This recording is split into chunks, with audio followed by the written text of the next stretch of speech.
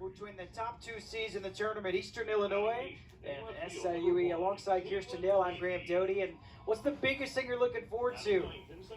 Yeah, for both of these teams, really emotional game. Came down to that last out. So both of these teams need to regroup and focus on the task at hand. An emotional game that just wrapped up about 30 minutes ago. They get ready to meet for the 6th time this season, and the winner will head to the NCAA tournament. So the game earlier today, it was a 4-3 victory for SIUE. A game in which we didn't have a lot of action until the 5th inning when the Cougars were able to score all 4 of their runs in that inning. It started with Kearns driving in the first run of the ball game, and then Salyers had a single that drove in Bachman. Henderson a timely single to right field as well. And then for Eastern Illinois, they trailed late, and then they really started to make a run at it late down the stretch. They tacked on a run in the 6th, and then they made all kinds of noise in the 7th inning. They had the bases loaded, and then Duncan with a great play defensively at third base to secure the win for SIUE. That's Henderson. She started the game in the circle, came out, and then re-entered the game as the pitcher and was able to come away with the win to force a winner-take-all matchup. Yeah, Emma Henderson, huge there. Just so much emotion. You can see what they're playing for. They're playing for a spot in the NCAA tournament. They're playing to keep their season alive. Emma Henderson, a senior, fighting for another day. We'll step aside. First pitch coming up next. Championship on the line between Eastern Illinois and SIUE.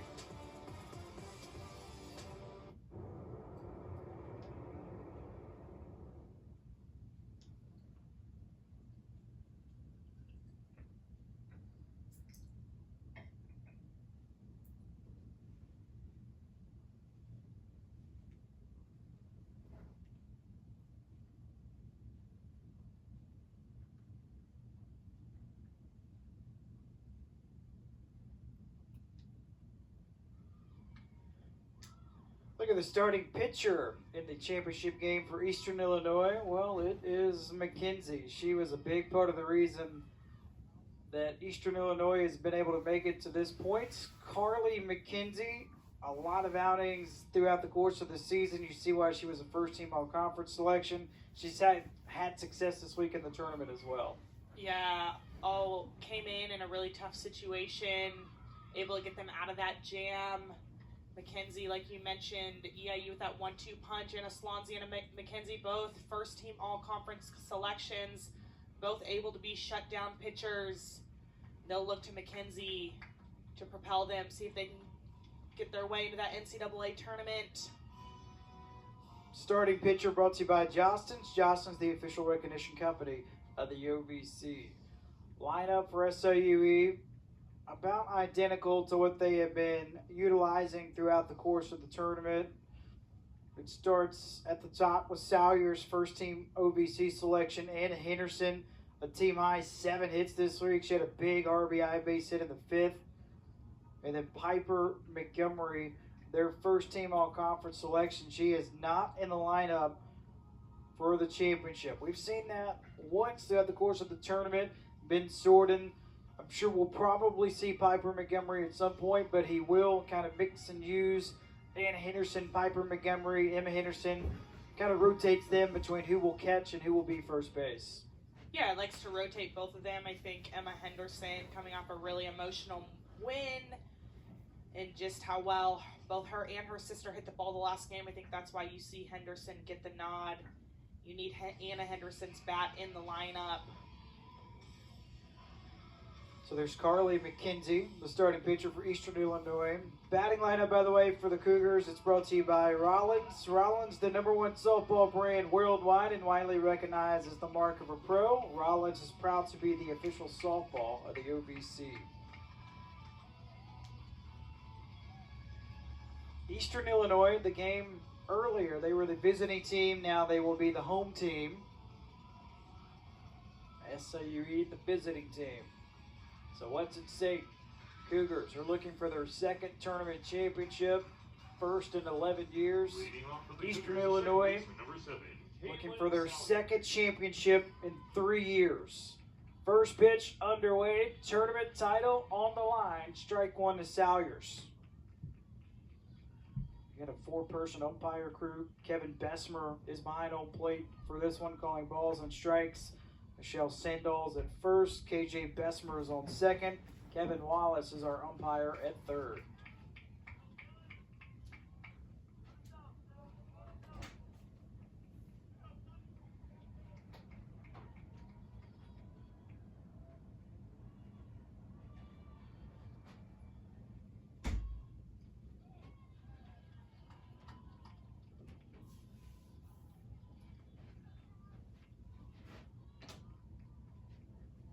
One on Salyers.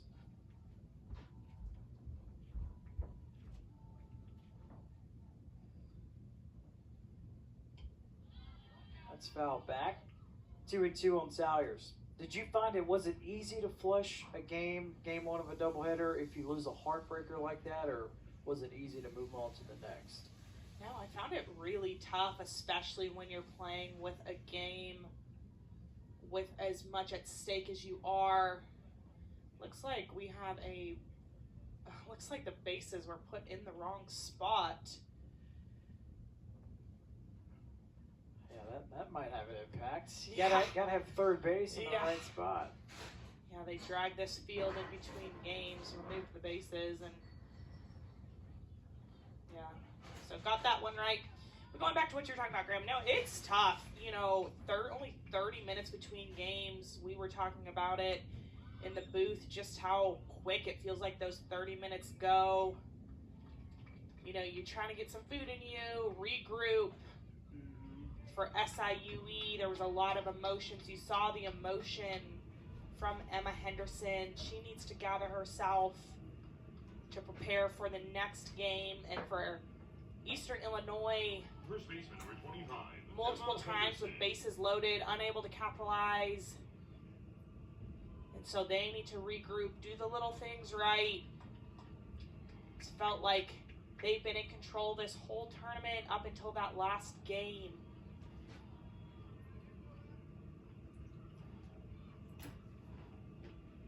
Emma Henderson at the plate. Check swing. The appeal to first. Michelle Sandal says she doesn't go around, so it is a 2-0 count. You touched on it throughout the course of the week. This is also important to where if you do play big in situations and moments like this. Yeah, absolutely. I mean, we talked about it. You can't let the highs get too high. You can't let the lows get too low. This game will eat you alive if you do that. There's so many peaks and valleys in this game, and you kind of have to just stay right in the middle. The best will tell you that's what made them so successful, is they just never got too high, never got too low.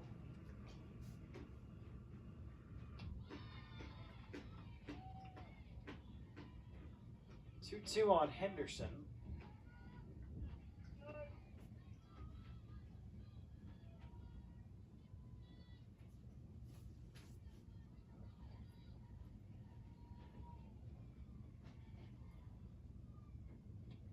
Swing and a miss, a strikeout for McKenzie.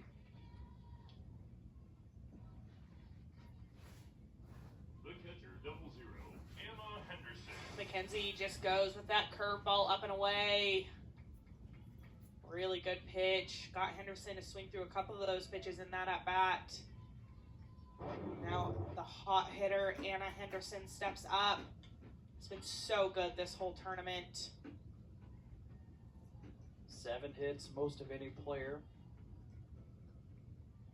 Trying to solve the puzzle that is McKenzie for Eastern Illinois. She pitched an inning and 2/3 in relief. She struck out 3, did not walk a batter. She was a big reason why Eastern Illinois was able to make a late run, because she put up 0 after 0 on the scoreboard. And that's the importance of having that 1-2 punch. We've talked about how so many teams now relying on multiple pitchers. 10 years ago in softball, used to just see an ace and you'd throw them until their arm fell off.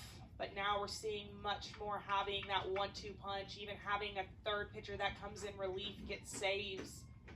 That's the evolution of this game. You're realizing you can't just rely on one arm. You have to have multiple good arms that can come in anytime.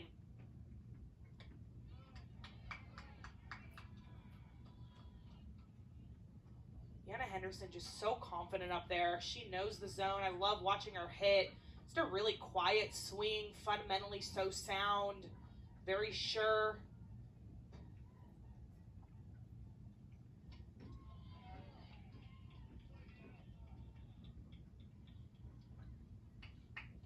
You watch her swing, not a lot of movement in her swing. Her hands stay quiet. Just a small leg kick to time that pitch up.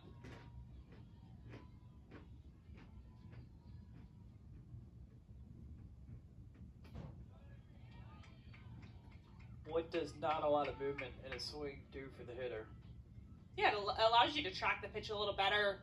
Your hands have to make a negative move so that you can load, but you don't want a whole lot of other movement. You want to keep your eyes on the same plane the whole time to allow you to track that pitch all the way into the zone. Bash to right field. What a tournament from Anna Henderson. Her 8th hit of the week. She's aboard with 2 outs. The third baseman, number 23, Reagan Duncan. Just continues to stay hot. Just doesn't try and do too much. That's what's so impressive about her. Lots of singles. Keeps her hands in the zone for a really long time. Allows her to hit to all parts of the field.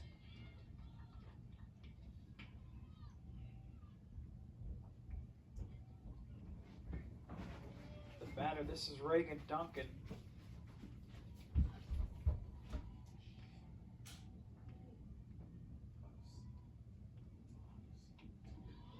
Duncan has not played like a freshman this week. She made the play at the end of the game to secure the win for SIUE defensively. And has had some other great defensive plays over there at third base. Seeing her make some diving stops, cutting the ball off. This SIUE team mixed with a lot of players. They have youth, they have maturity. We talked about the Henderson sisters, seniors. Salyer's a senior, Kern's a senior, but then they have Duncan and Torres and Arwood, all freshmen.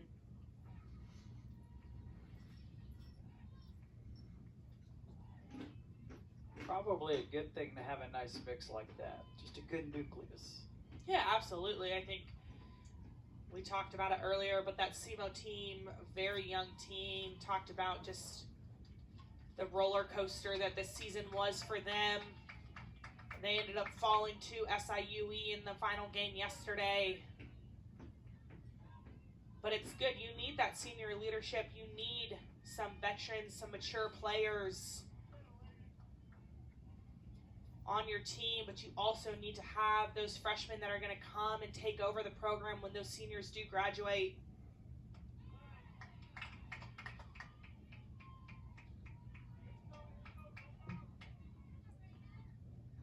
When did you feel that you could make that jump in a leadership role after your freshman season? Yeah, sophomore year I felt like I took much more of a leadership role. I was a catcher, so I kind of just walked into that role a little bit. But I think sophomore year, you feel like you have a season under your belt. You know what to expect. You know what to expect coming into fall and preseason, and you just feel so much more comfortable. And it's not, every day is not a new day. You know what to expect. When you're a freshman, every single day, every single game, every series is a new series. You have no idea what to expect. You've never played at those fields. For a sophomore, you just feel like you have a little bit more experience under your belt.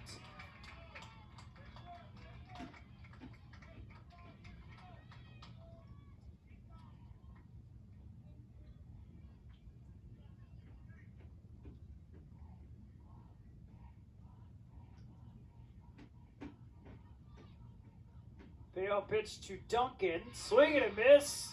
McKenzie.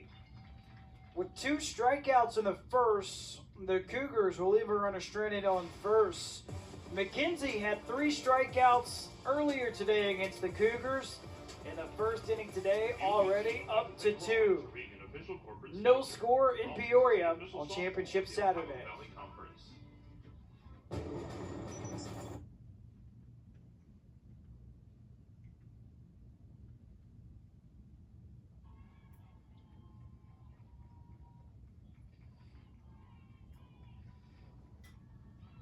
Abby Crane leading off.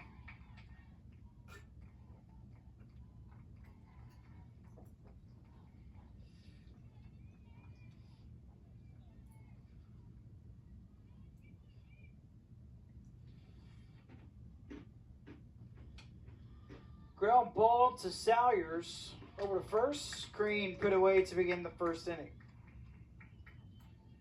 The third baseman, number 39, Kendall Grover. So the right move there from Crane, trying to pull that ball. She's struggled with that defensive alignment. Does the right thing there, trying to pull this ball.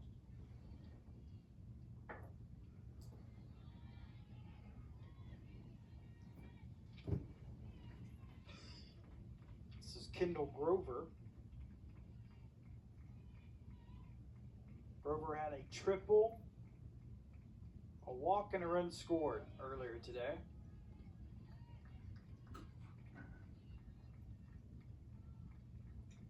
Her 3rd triple of the season.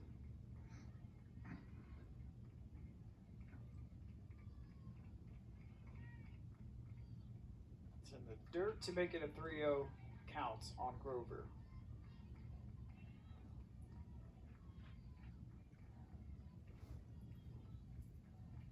With 3 triples in the season, how many did you have? Oof, probably none. You like to hit it over the fence. I did. Kendall Grover, though, kind of sneaky fast. Talked about that. Does have speed. Can kind of do it all. The second baseman, number 13, Alicia Frederick. I was not blessed with any sort of speed, so very few. But this EIU team, speed up and down the order. Frederick, first pitch in the air, ends up in the bullpen for strike 1.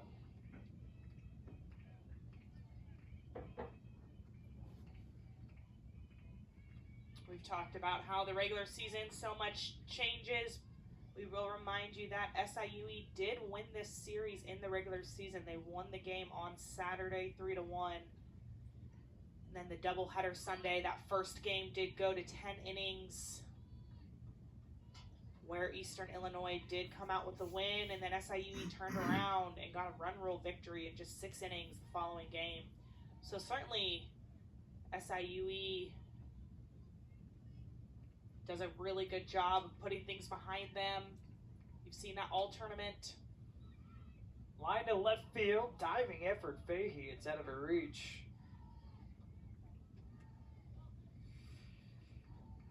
Yeah, just 2 teams very familiar with each other.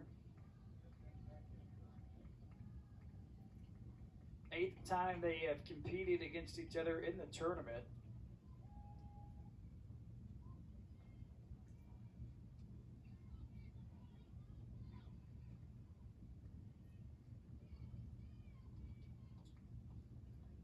A win today would be the 2nd conference championship in program history for both teams.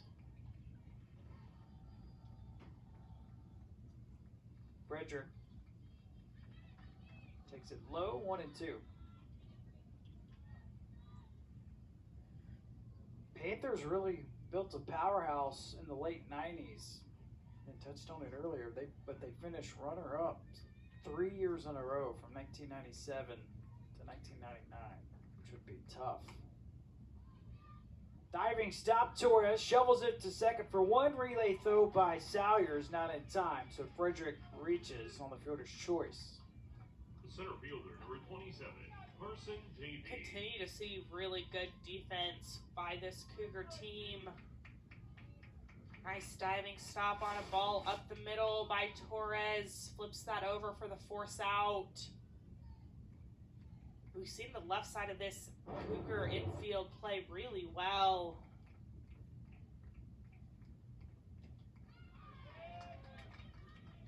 Davey takes strike one.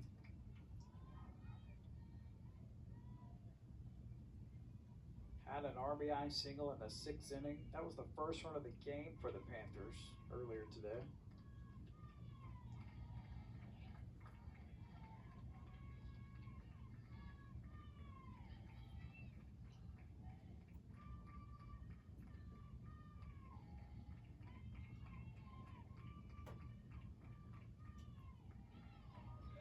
That's the corner. 1-2 on Davey.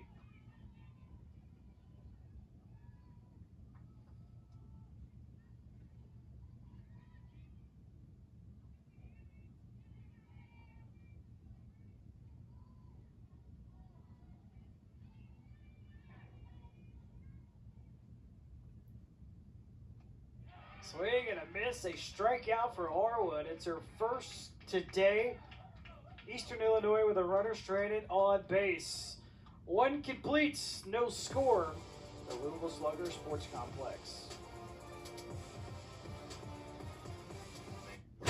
In this game,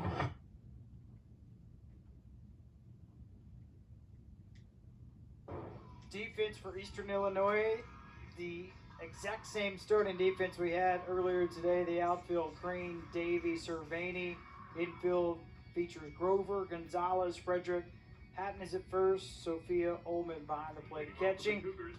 Carly McKenzie in the circle. Defensive lineup brought to you by Serpro, the official restoration services partner of the OVC.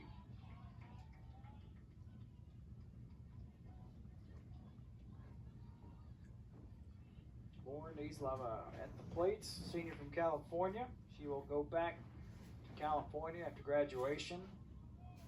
Has a job lined up in accounting. She's from the San Jose area. Takes strike two.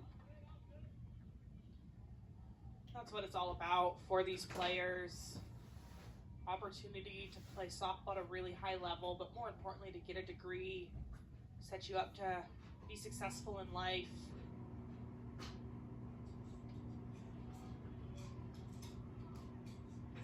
And Islava certainly hoping that that job is put on hold for a little longer.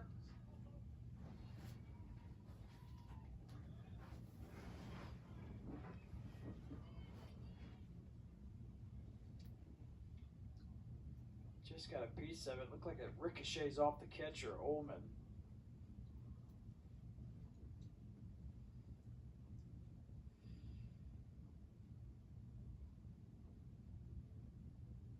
That always hurts, those balls that are just like tipped off the end of the bat. Again, we talked about always seems to find a place other than the gear that you have on. She just stays taking those balls. The players say she's a magnet. Almost one of those a game. It's what the players tell us. I'm obviously biased, but you have to be tough if you're a catcher. Oh yeah, no doubt. That's Christy Paulson. Making sure Ullman's all right.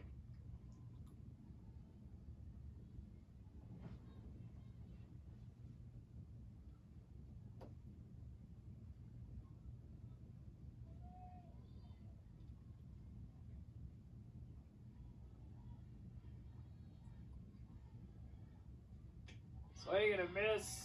Got her with a high pitch out of the zone. Back-to-back strikeouts for McKenzie. She's up to 3.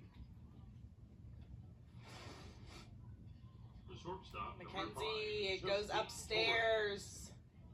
Does a good job of setting that pitch up. Gets Islava to chase down the previous pitch and then goes upstairs. Good sequence there by McKenzie. Pitching is so much about how you set your pitches up. Obviously, McKenzie, a very good pitcher, has good spin on her ball, throws fairly firm. but it's all about setting your pitches up. And every single pitch that's called, there's so much thought that goes into it. Is that something the pitcher catcher get together with the pitching coach? Like, what is a normal week like as you game plan and prepare for whoever the opponent is? Yeah, that's certainly a long conversation, and one that we may have to go into the next inning to, one I definitely want to get into. But certainly, yeah, it starts very early. You know, you start preparing for that team. Typically, the way things go, you have an off day on Monday. So Monday's off, you're just trying to get recovered. Then you'll practice on Tuesday, and you'll start preparing for your opponent Tuesday.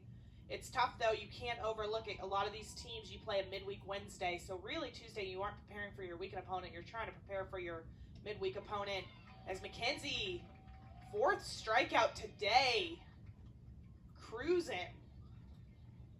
But you'll prepare for that midweek game, and then once that midweek game happens, you know, typically Thursday, that's when you start. And on my team, Thursday, we would meet for film, just pitchers and catchers, and just come up with a rough game plan of how we wanted to throw. Hit sharply to left, and it bounces over the head of Crane and gets to the wall. Kearns drops into second base. She's got a 2-out stand-up double. Her 5th of the season.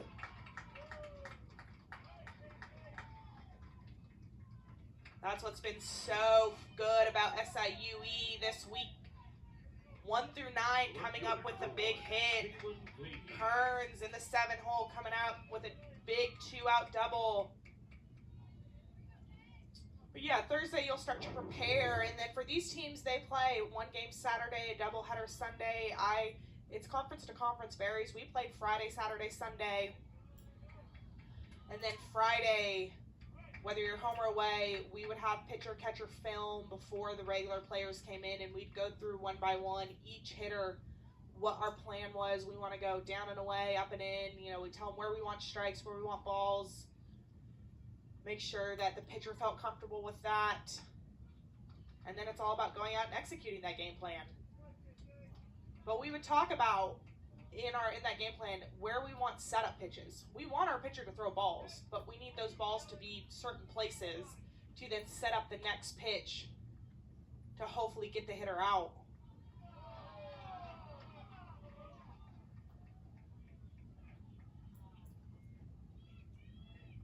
One-two count here on Fahey.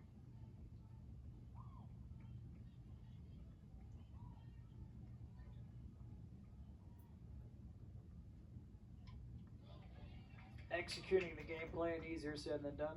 Oh, absolutely. Absolutely. Sounds so easy on paper. Yeah, on paper you're like, okay, we're going to go K's away, balls in. You know, so so tough. That's what's so fun about baseball and softball is that game that's within the game. There's a whole other game going on within the bigger picture of the game. That's my favorite thing to watch. It's a cat and mouse game.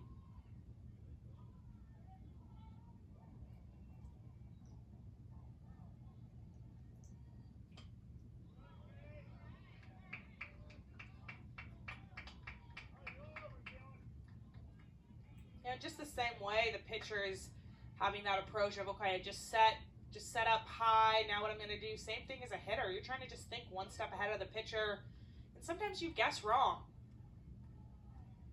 But you have to be thinking.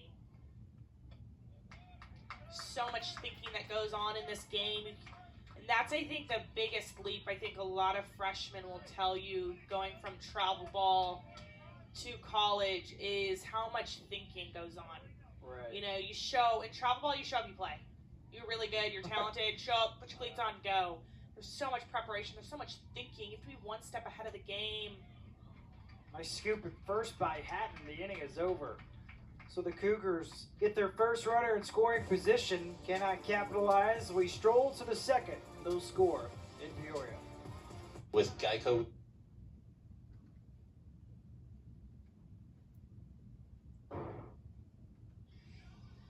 Defense today for the Cougars, pretty much the same as Fahey, Shuey, Islava is in the outfield. Third to first, Duncan. Torres Salyers is the second baseman. The only difference has been who's been playing first base and catching. It's the Henderson twins at first and catching today, with the OVC Freshman of the Year, Arwood, in the circle. Gonzalez at the plate. She had 2 at-bats with the bases loaded.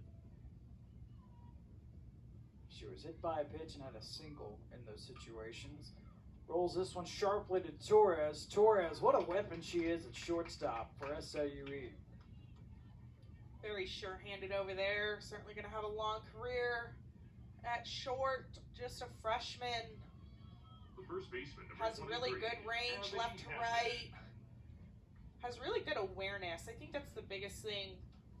She's done a good job knowing when she can get rid of the ball, when she can gather herself and has time to get rid of the ball versus knowing when she needs to throw on the run. Good job side to side, knowing when she needs to go to a backhand and when she can get herself in front of it. That's so big when you're at that position, is just knowing how to play the game.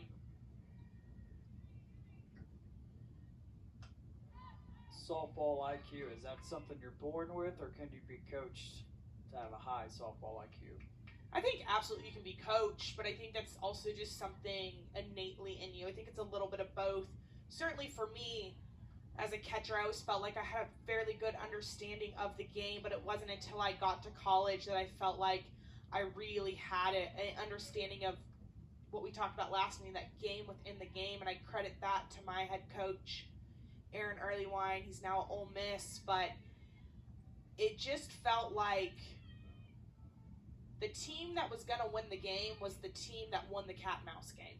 The game within the game, whether it was picking pitches, picking the changeup, the team that had the better scouting report, the better defensive alignment.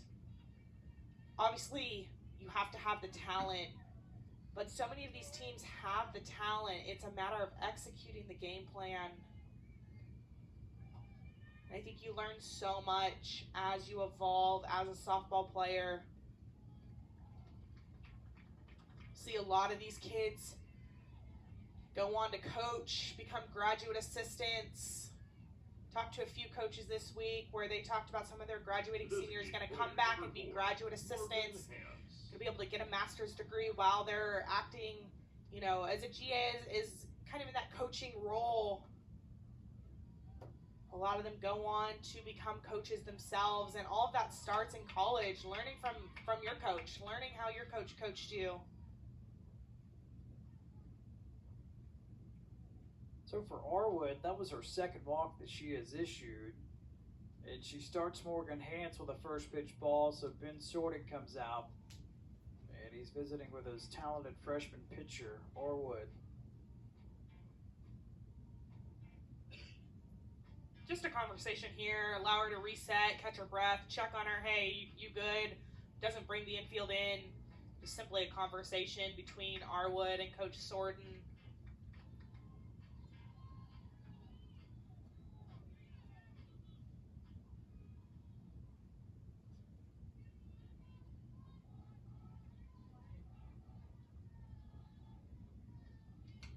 Hance rolls it to second. Salyers applies the tag, throw over in time. It's a 4-3 double play to wrap up the bottom of the second. That's a play by the Salyers. All right, apply the tag, sling it over in time, 4-3. There you go, 2 outs, no score in Peoria.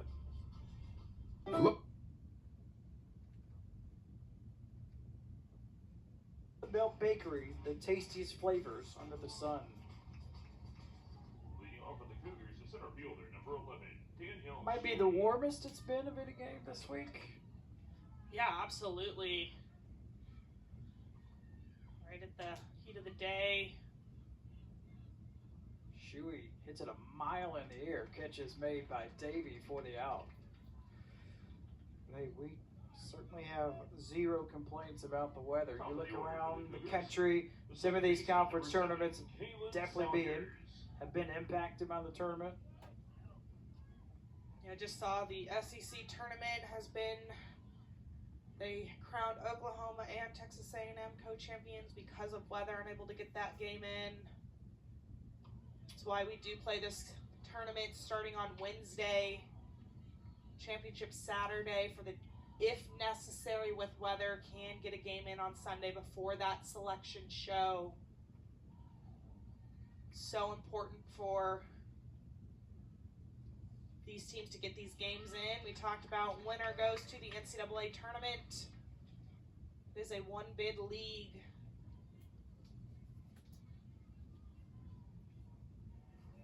How would you feel about co-champions if you were a player? Oof. That's what I thought. I don't know. I have a lot of thoughts about that. But, I mean, what else are you going to do, you know? I mean, that's all you can do. And, you know, for teams like Oklahoma and A&M, likely will, actually not likely, they both will be top 8 seeds. So should be hosts for regionals and super regionals. So not as much at stake, you know. I think that's also why that decision was made. But other tournaments around the country in these one-bid leagues,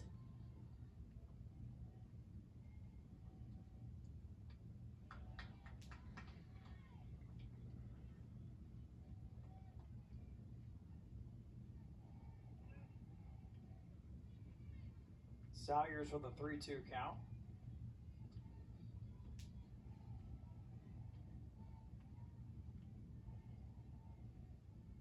Payoff pitch from McKenzie. Jam Salyers. Shallow fly ball. Catch made by Davey for the out.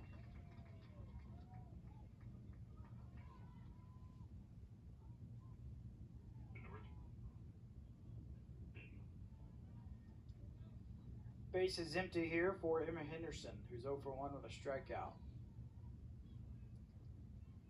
but certainly no need to worry about weather today, Graham. Gorgeous. We've had gorgeous weather this entire week. Really sunny and 70 all week. Henderson to right field. Basket catch made by Cervini for the final outs. Cougars go down in order. 1, 2, 3. First time today that's happened. No score with the bottom of the third. Coming up next. In Kentucky.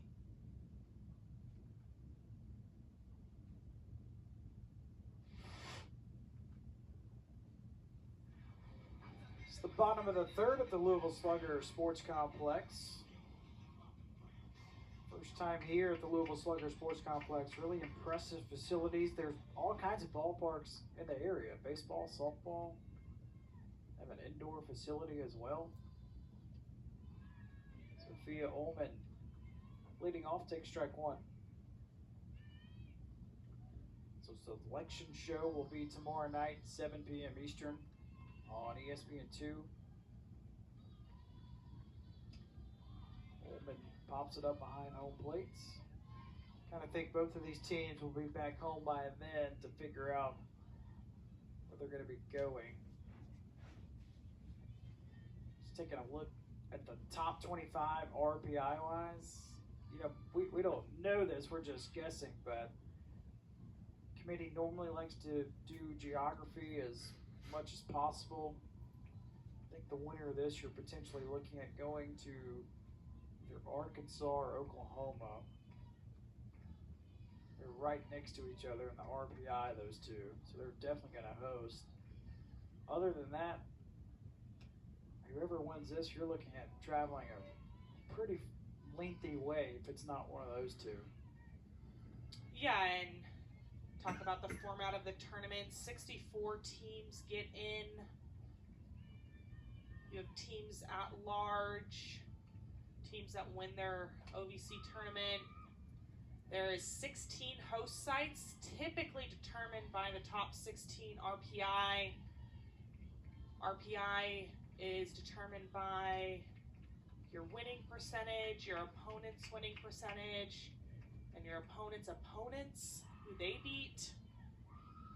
So big mathematical calculation. So 16 sites, 4 teams at each site. 1 winner will come out of each of those sites. Then you'll have super regionals. There'll be 16 teams in super regionals.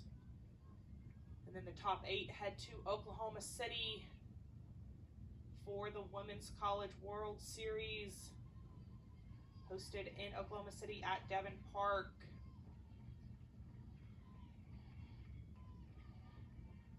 That's from May 29th through June 5th this year.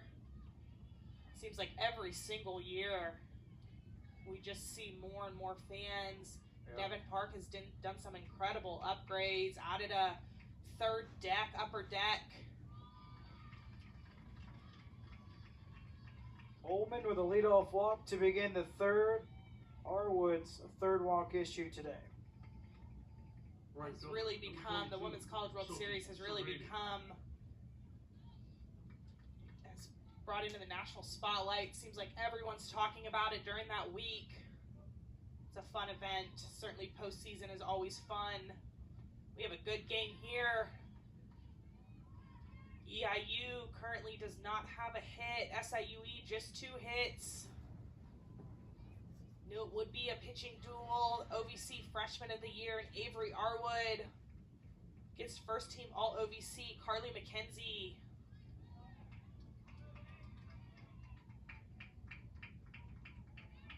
You bring up cat and mouse game earlier. This has been one of those situations between these two teams all week long, with Cervini and Crane back to back in the lineup like this. Yeah, and they've had Cervini's number all week with this defensive shift. Diving catch made by Torres, so there you go. That's why the shift has been working all week for SIUE in this situation. Top of the order for the Panthers, the left fielder, number 1, Abby Crane. Yeah, Cervini just 2 hits in this tournament. Again, playing that left side. It's so tough when that's your game and they take it away from you. That ball gets by Henderson, and that allows Ullman to move up into scoring position with 1 out. It's a big 60 feet right there.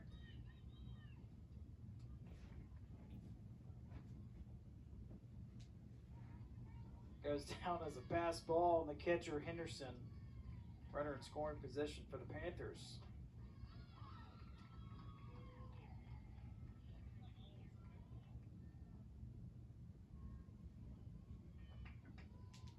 Crane 0 for 1 today with a ground out. She scored a run against the Cougars in game 1 today. Would love to watch Crane drag this, take this ball with her.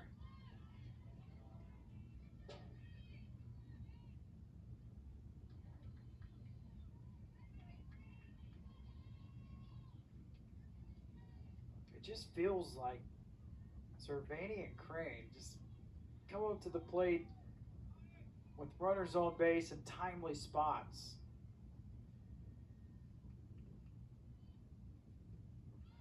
It's outside. It's 2-2.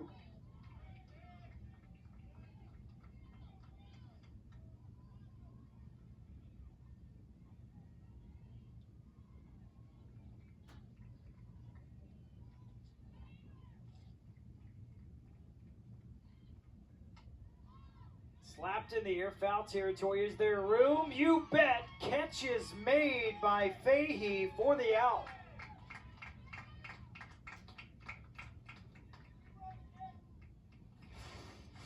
SIUE continues to play really good softball. Again, we talked about the defensive shift. They played against Cervini and Crane, has worked so well for them. Fahey shaded very much on that line and in. No way she gets that ball if she's playing straight up. Impressive job sticking with that, knowing the fence is coming. Tough in this ballpark where you don't have the dirt, so you don't really know how far you are from the fence. Coach Sorten talked about in that tough loss yesterday against EIU, they just didn't do the little things right. Certainly done the little things right today. Playing really good defense, timely hitting.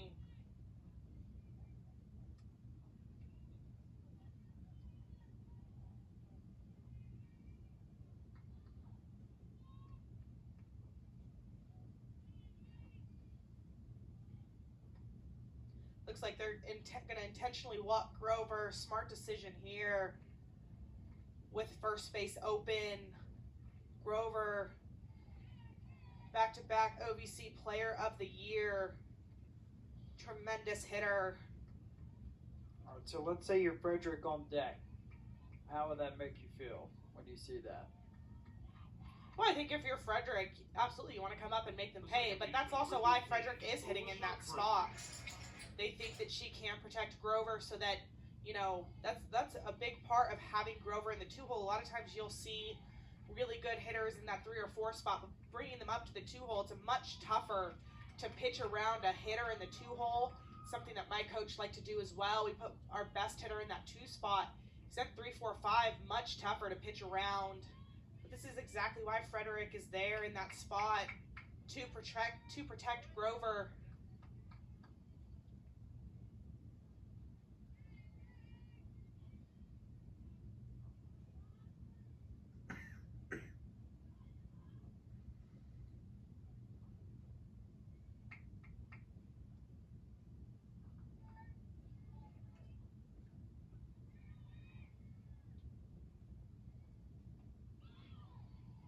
Bit outside, 2-0.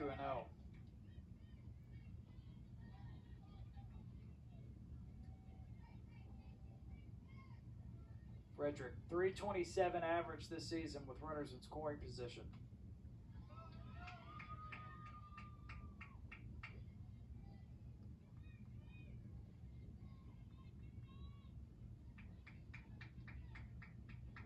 This is only the second time in this game for either team to have somebody at the plate with a runner in scoring position.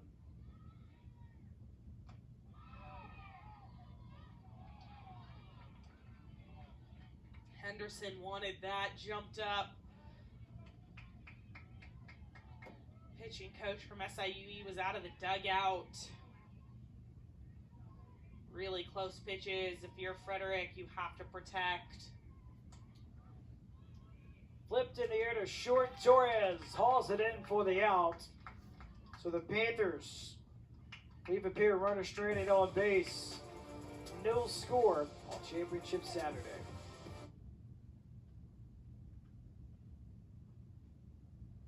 Is not absolute.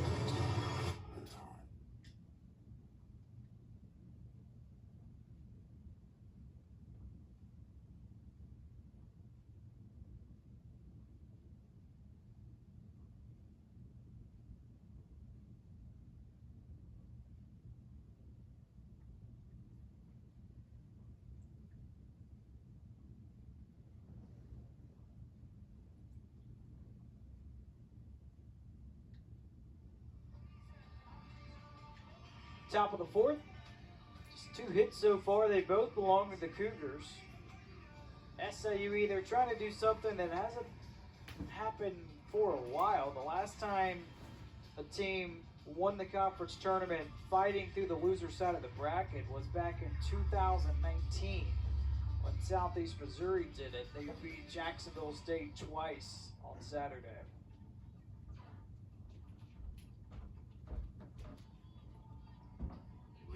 Cougars, the catcher, number 0. 3, 4, 5 batters for SIUE. Henderson.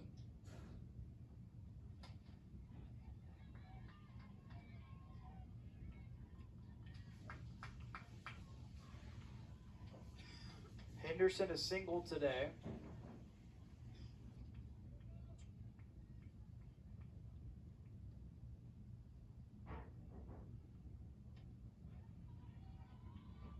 Up and outside. What a find again for Coach Sorted to bring the Henderson twins in. He was recruiting them back when he was an assistant coach at Michigan State, so they've been on his radar for a while. Brought them into SIUE, and they have had quite the career. Yeah, both of them started their careers out in the Big Ten at Iowa. Found a home here at SIUE and have absolutely thrived.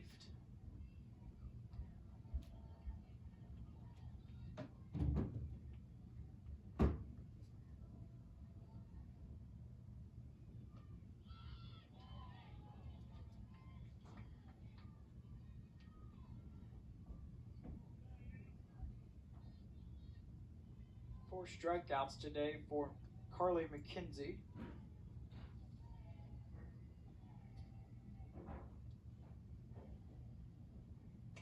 2-2.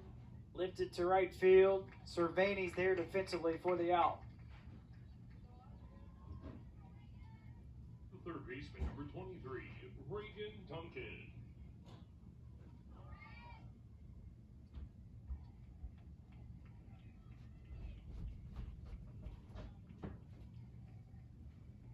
The batter, this is Reagan Duncan.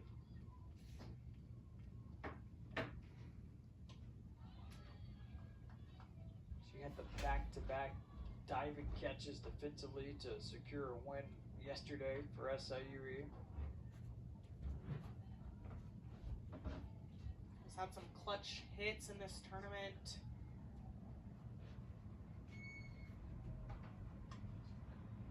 Line drive center field. Davey makes the catch for the out.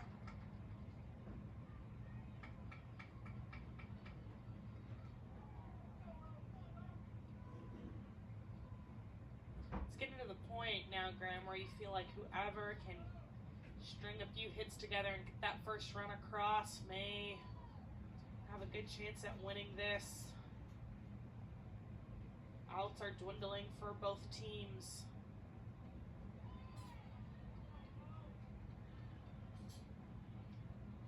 EIU still yet to record a hit in this game. Did you enjoy playing in games like this? Like pitcher's duel where hits were a premium? Or how would you describe it? I loved catching in a game like this. I loved being on the defensive side of a game like this, but we talked about hitting being contagious. It's tough when you're going up against a pitcher that has been so good all day. Sometimes you feel like you can't buy a hit as a team. Defensively, love to catch in these kind of games. So much fun. You're working so hard for your pitcher, trying to get strikes. Offensively, a little more tough. These games are tough to stay in. They can kind of lull you to sleep as a player.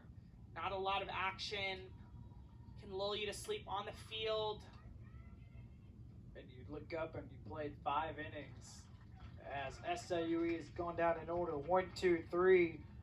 7 in a row are tired by McKenzie.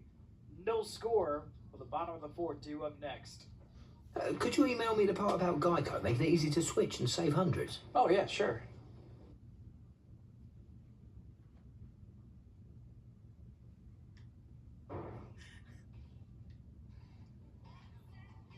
Bottom of the 4th, no score between Eastern Illinois and SIUE. Panthers in the market for their first base hit. Facing Arwood for the second time today. Arwood, she does have 4 walks, but Eastern Illinois has not been able to scratch together base hits yet, as we will have 4, 5, 6 batters.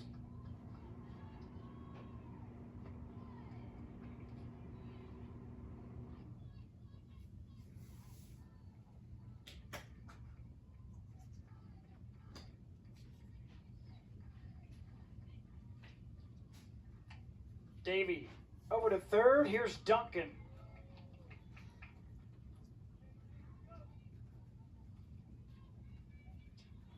In the left side of the infield The shortstop, number 7, for Reagan SIUE. Gonzalez.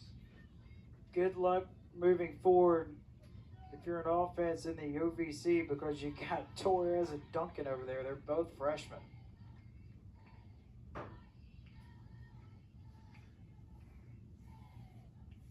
Gonzalez at the plate 0 for 1 today.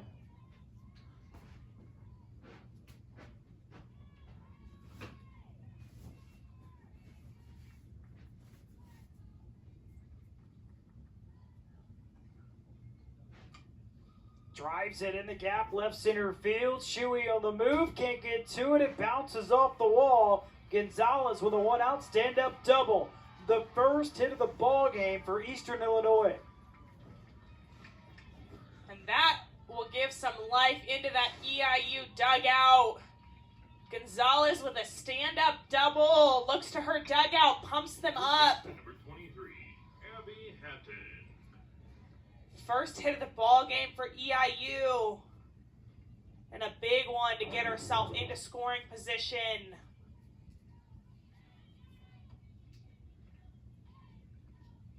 Abby Hatton now batting. Take strike one. Who comes up with it? Hey, when we hit a double, this is what we do. When we hit a triple, this is our celebration. How does that go down? Typically something that comes up either in fall ball or early in the season. It's usually something that happens, and it's certainly a discussion topic with the team.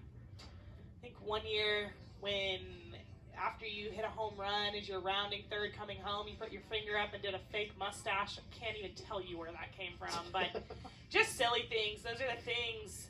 Get your dugout pumped up. We saw Tennessee Tech. They got a single rubbing their their assistant coach's head. There's all sorts of rituals here in softball. Did you have a favorite? I think the mustache probably my favorite because clearly that's the one I remember. I think back now, like, what were we doing?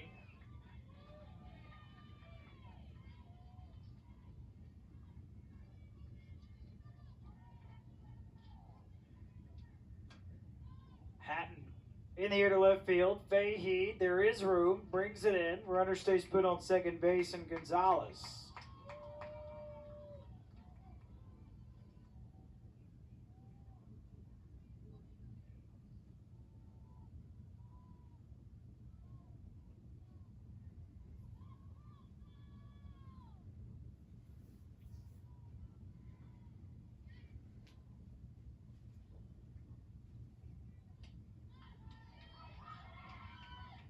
Morgan Hance batting. Ooh, nice catch made in the dugout for Eastern Illinois. It's like they got the capes, the wigs, the horse. Still having a good time. I guess if you wear the cape, you gotta make the catch. Absolutely. One-handed off the fence.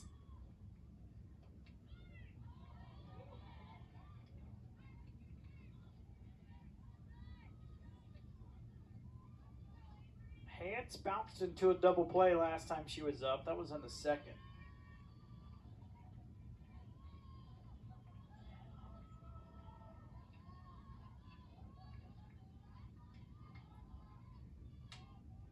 Ground ball to the second baseman, SIUE. Over to first in time. Out number 3. So the Panthers pick up a 1-out double, but they leave Gonzalez stranded. 4 innings in the books on Championship Saturday. Still no score.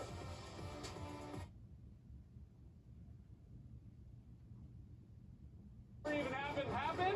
Let it rain, Randy.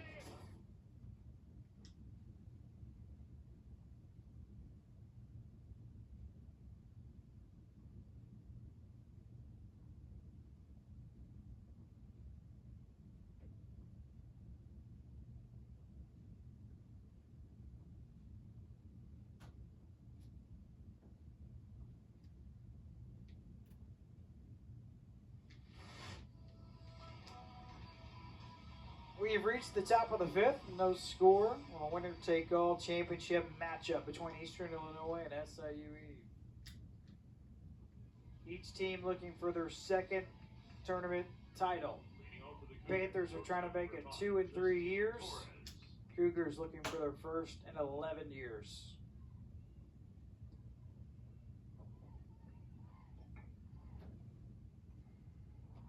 Torres swings through the first offering, strike 1.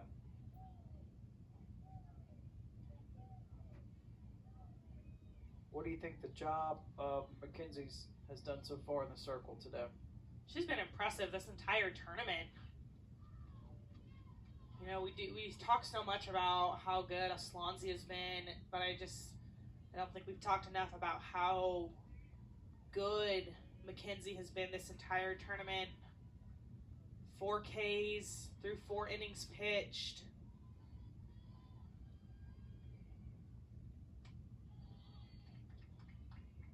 McKenzie has had to come into some tough situations in this tournament.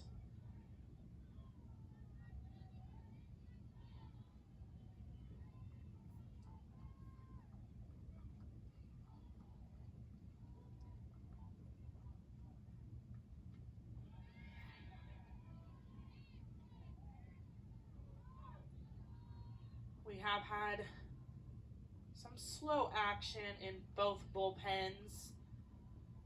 Slonzi very slowly getting warmed up or staying warmed in the EIU bullpen. That ball hit sharply over to Gonzalez at short. And for SIUE, have also had some The designated player, number 21. pitchers warming Madison up, Burns. just staying warm, doing some spins, staying loose. We did talk about it's 80 plus degrees today, so should be able to get warm fairly quick. And you know it's a little bit warmer in the dugout with the artificial surface. Kearns at the plate here with 1 out, bases empty. McKenzie has put away 8 in a row.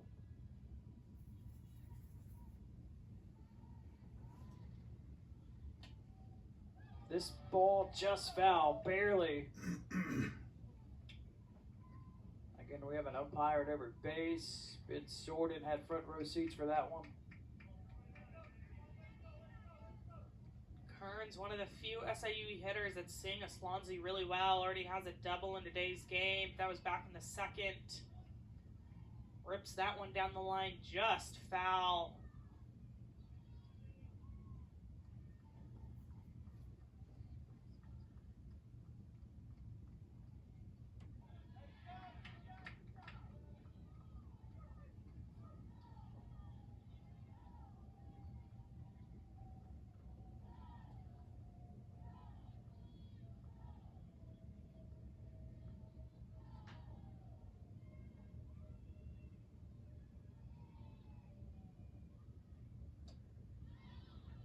That's Lipton fouling out of play.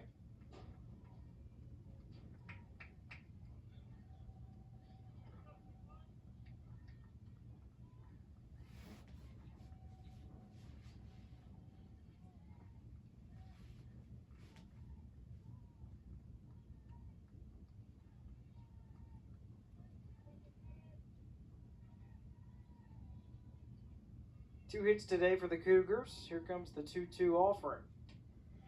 Ground ball to third, it's foul.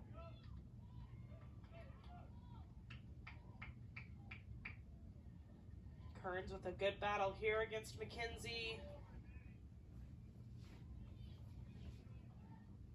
Both teams just looking for base runners, any life they can get off on offense.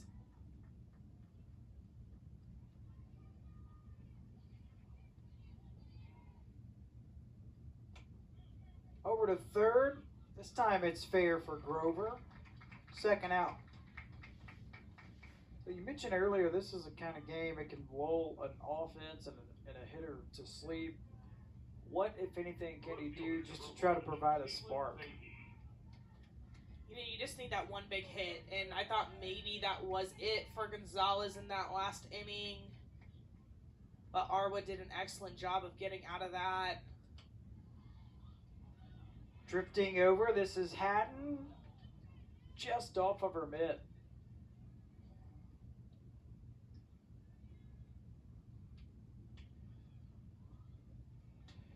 Yeah, so this is enemy's territory right here.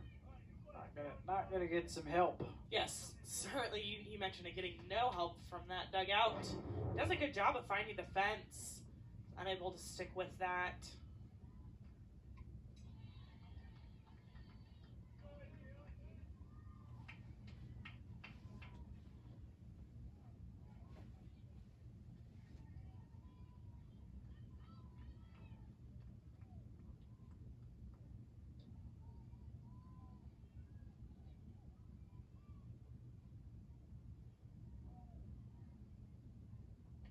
Swing and a miss. McKenzie got her with a rise ball. Her 5th strikeout today. Carly McKenzie on fire in the circle right now. She's put away 10 in a row.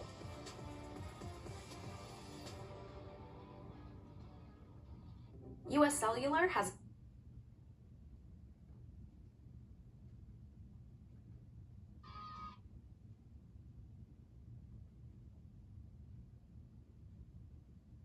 Did all the research. Bear has #1 rated products. Yeah, it was a no.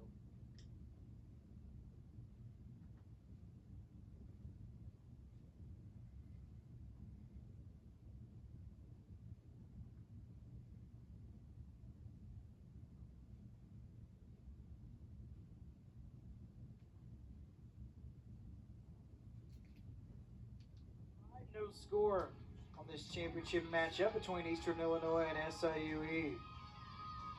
Cougars have to beat the Panthers twice. They did it earlier today. Held on to win 4-3. Panthers were certainly knocking on the door. They had the bases loaded in the 7th.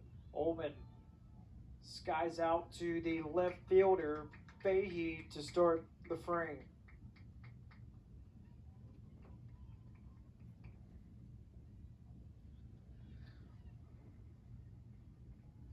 We have a change at the plate here in the 9th spot for Eastern Illinois. Dan Paulson will insert the junior Mary Beth Dyson out of Bentonville, Arkansas.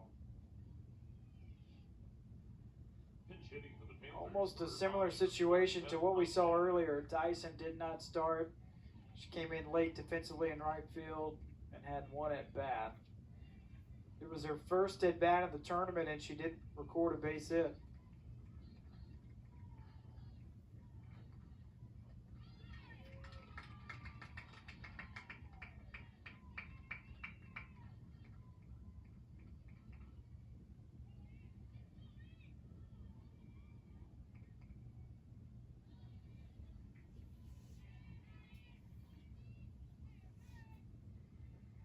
Dyson, Division II transfer from Missouri Southern.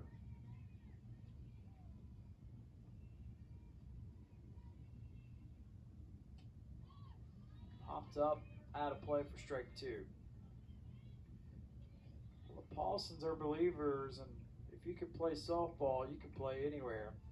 Longtime junior college head coaches, 5 years at Parkland College. Went to the Junior College World Series on 3 different occasions. Yeah, I love that. You know, it's not just about playing D1, it's about playing somewhere that you're going to have opportunities. It fits with you academically. You know, the most important thing is that you do come out of this with a degree. But for Mary Beth, the opportunity to make the jump to that D1 level, kind of get a taste of that is always fun.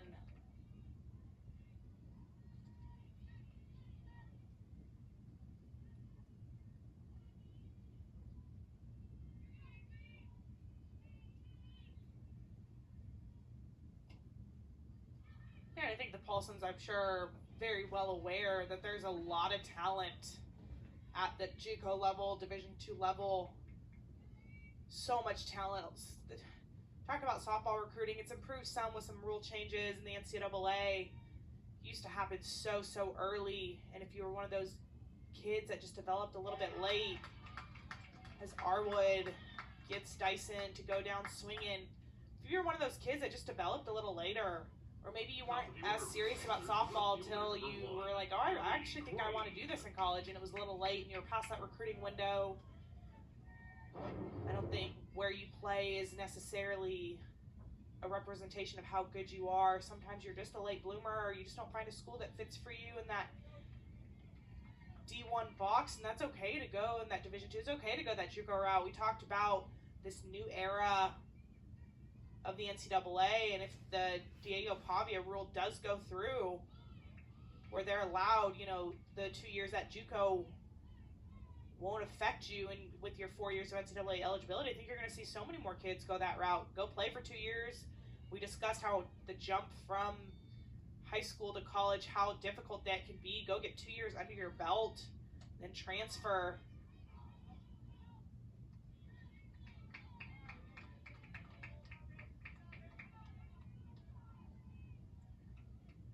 This is the top of the order for Eastern Illinois. It's Abby Crane, who's 0 for 2 today.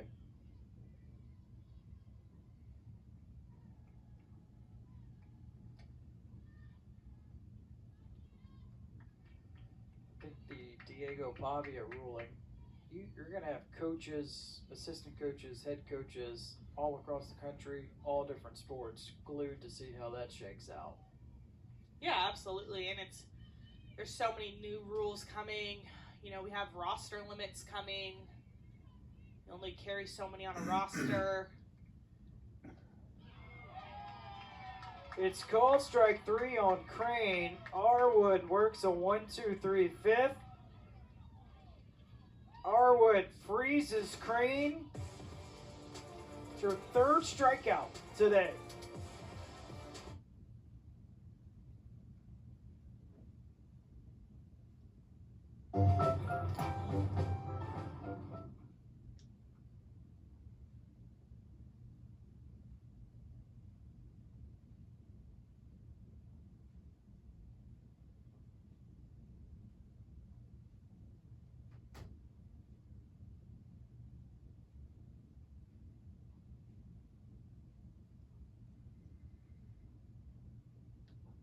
Start at the top of the sixth. We need to give a shout out to our fantastic crew that's been here since day one all week long in Peoria. It's our first base camera operator, Gabriel Hiloka.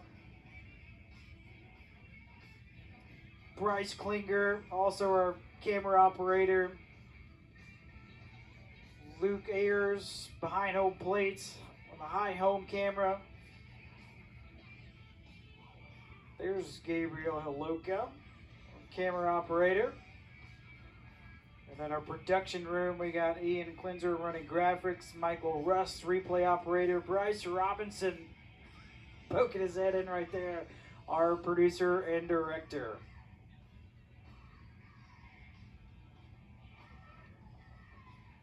It's been a fun week, a big reason why these guys that have been helping us all week long in Peoria. Second season the tournament has been held here, and it's been a big time success. We also can't forget about Casper, our camera operator out in center field. He's brave standing up on that crane out there. Has done a good job for us all week.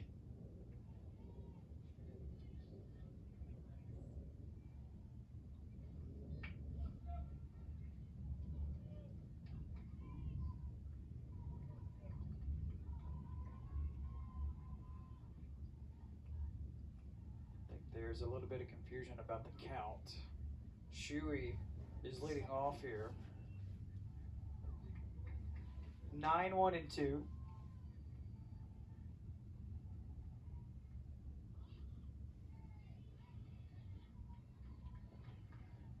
So 3 total hits so far in this one. We've only had a runner reach second base on 2 different occasions.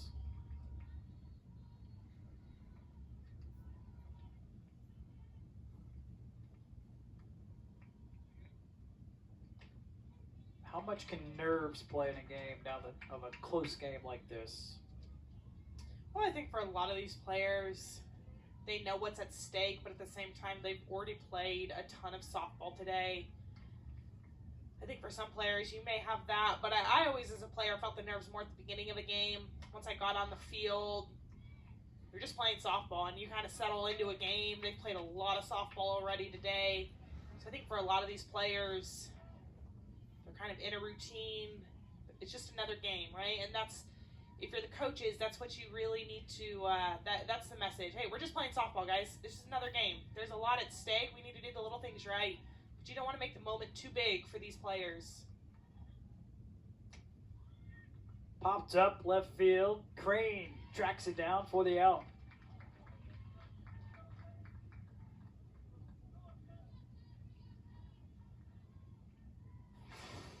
Top of the order for the Cougars, the second baseman, number 7, Kalen Crane Saunders. able to run that ball down.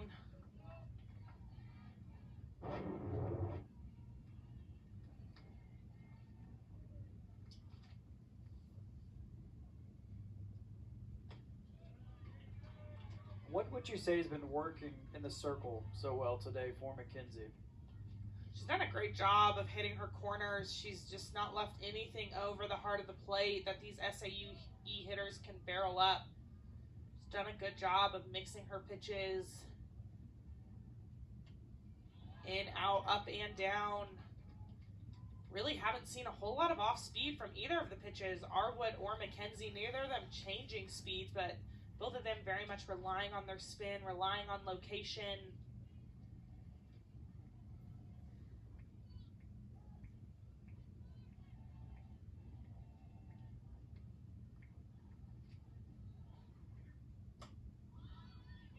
High playable, right field. Cervini brings it in for the second out.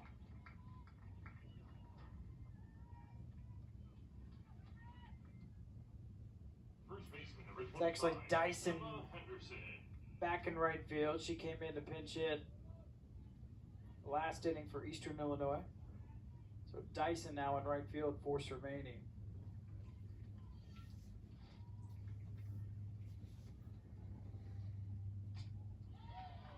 If you're McKenzie, you just have to be, you don't want to pitch careful, but you have to be aware of Emma Henderson's power. Does lead this team with 13 home runs.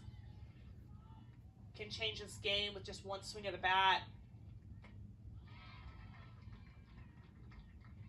McKenzie going right after Henderson, not waiting around.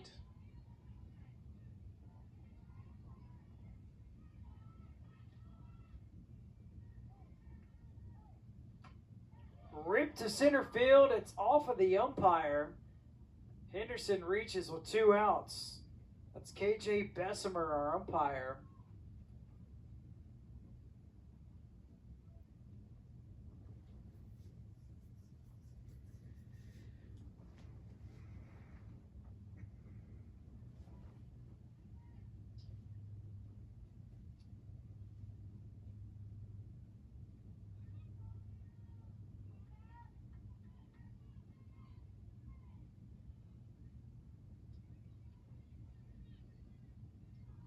The catcher, 00, Anna Henderson.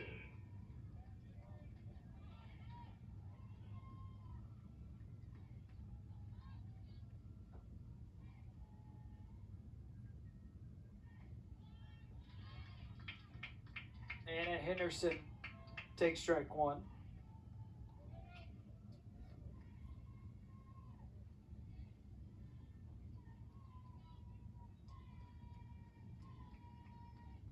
Emma Henderson, that was her first hit of the tournament, or today rather. Anna Henderson has a single. That was back in the first. So that base hit by Emma Henderson, that snapped 12 in a row retired by McKenzie. Sharply hit to Gonzalez, fires to first, pulling the first baseman Hatton off the bag. She applies the tag for the final outs.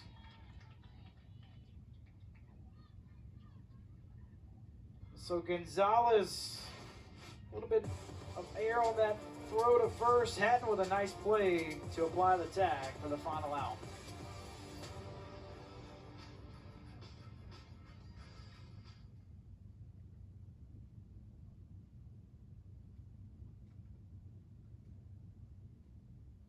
Lead by example.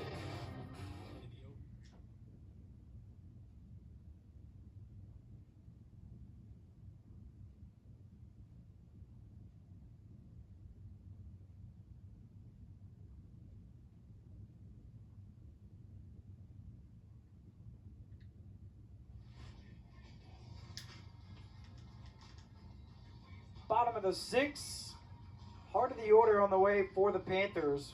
We will see the OVC Player of the Year, Kendall Grover, leading off. Only 1 hit today for Eastern Illinois. It was a double back in the 4th. 39, Kendall Grover. Grover, she was intentionally walked last time. That was in the 3rd.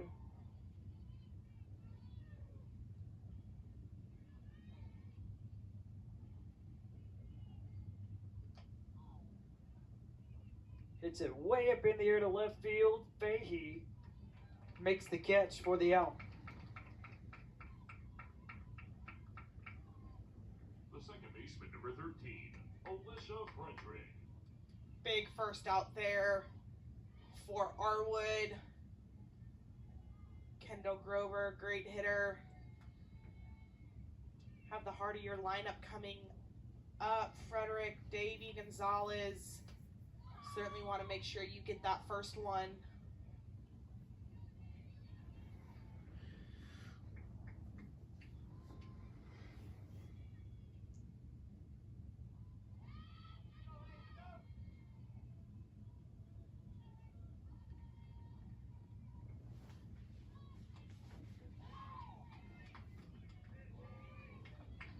Avery comes in on the hands of Frederick. We've seen her, for the most part, with these lefties, utilize that screwball away from lefties. But comes in on Frederick, gets her to jam her up. Now down in the count, 0-2.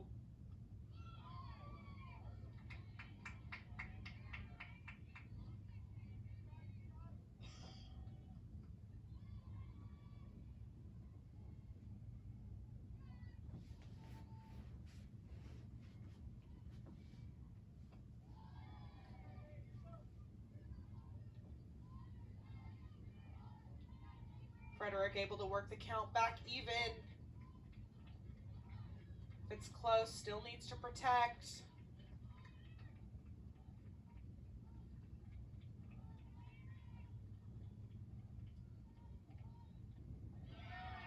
Foul tipped into the mid of the catcher, Henderson. It's the fourth strikeout for Arwood. The center fielder. And Arwood does go to that screwball again. That pitch has been so sure for her all week. Loves to throw that pitch to left-handed hitters. Really good run on that pitch. Just runs away from Frederick there. Davey up the middle, 2 out, single for Carson Davey.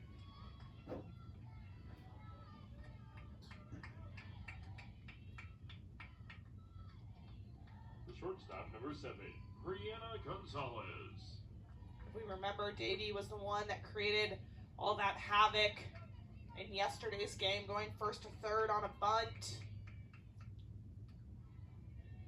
Gonzalez had that double her last at bat.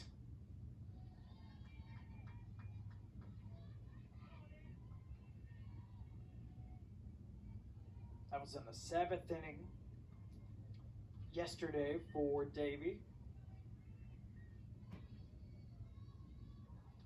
See what she does on first base here. There are 2 outs.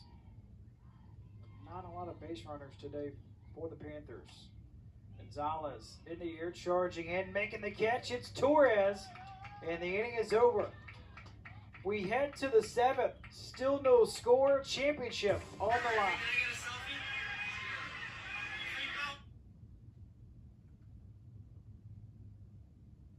And our best-selling Road, a consumer guide.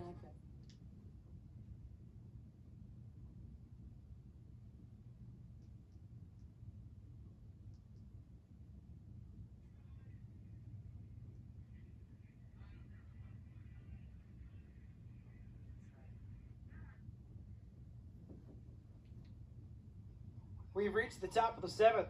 0-0 Eastern Illinois SIUE. The cleanup batter, Reagan Duncan, will start for the Cougars. Chance for potential history today in the history of the OVC Softball Tournament Championship game. There's never been a game decided in 2 ways. A 1-0 outcome or a game that has gone extra innings.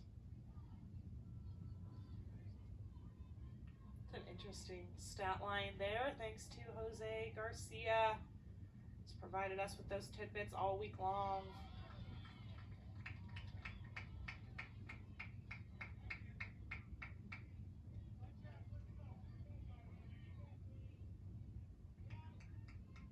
Duncan is 0 for 2 today.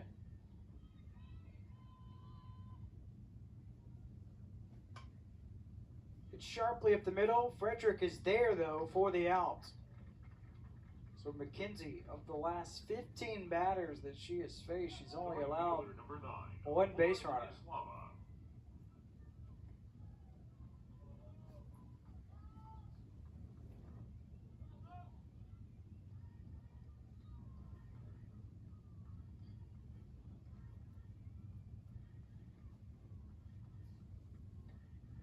High and tight to Lauren Islava. Islava also with some home run power. Second on the team in home runs with 8.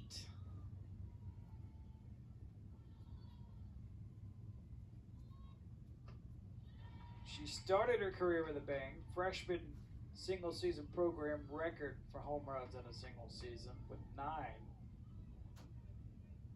She has consistently been a threat to go deep throughout the course of her career.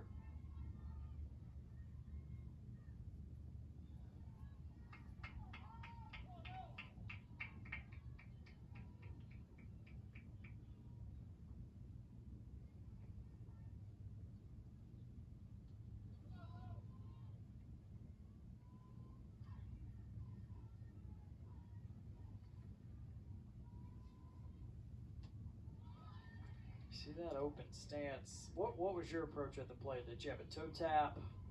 What was your timing mechanism? We talk about hitting. When you talk about hitting, you have some things, we call them absolutes. Every good hitter, every hitter has to have them. And then you have some style things in terms of how you start is a style, but in terms of this load right here. Chop it short. There's Gonzalez for the second out. That load is an absolute. When you load, you need to get separation. Your hands have to take a negative move. You want to load some of that weight onto your backside so that you can transfer some of that weight through the ball. I was always someone, I toyed with open stance, closed stance, leg kick, no leg kick. Something you tinker with throughout your career. But there are some absolutes in there. When you step, you want to make sure you're stepping perfectly straight. You want your bat angle to be right at 45 degrees. You don't want your bat angle to be too flat or too steep. The biggest thing is just keeping your head still, keeping it on one plane so you can track that ball all the way.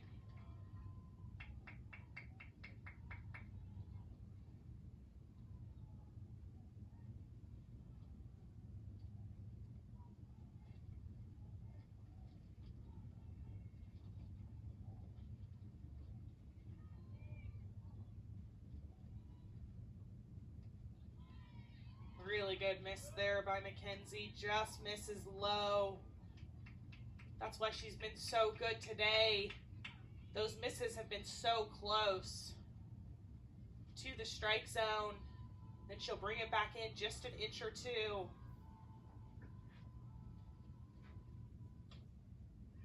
Ground ball up the middle, squeezes through. Torres is aboard with 2 outs.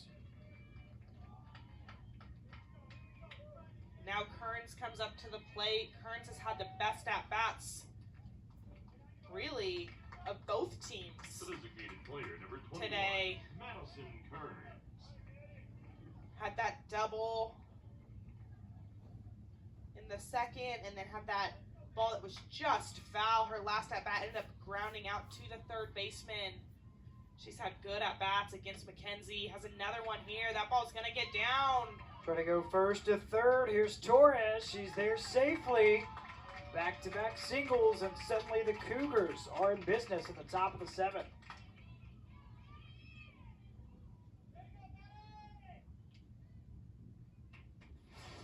Nice job there. Just first pitch swinging. That's one of the few mistakes all day McKenzie has made. That ball just catches a little bit of the plate, a little bit high. Dyson does a better job there. Knows she has no shot getting Torres at third base. So throws that ball into second so that Kearns cannot advance. Looks like we may see a pinch runner here at first base. And a new hitter as well.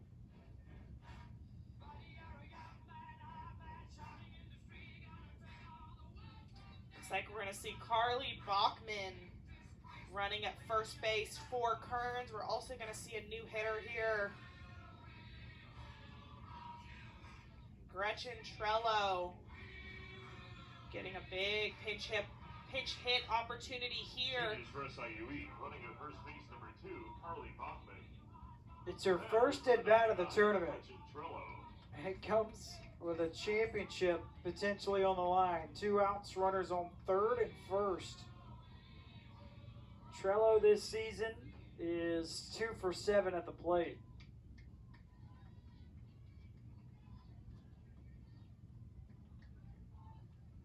So Torres at third, Bachman at first. Big swing for Trello from strike 1.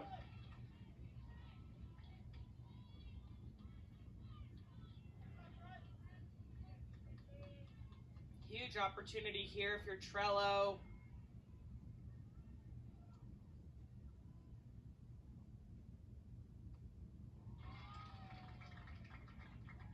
Trello down in the count, 0-2. McKenzie just blowing those 2 balls by Trello.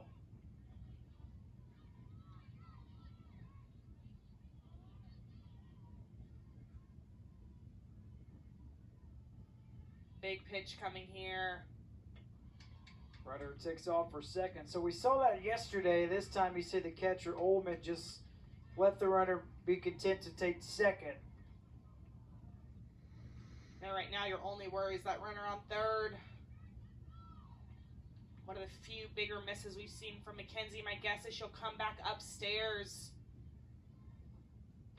Swing and a miss. McKenzie fights her way out of the jam. The Cougars leave runners on base at third and second. McKenzie up to 7 strikeouts today. The Panthers try to walk it off for a championship when we come back.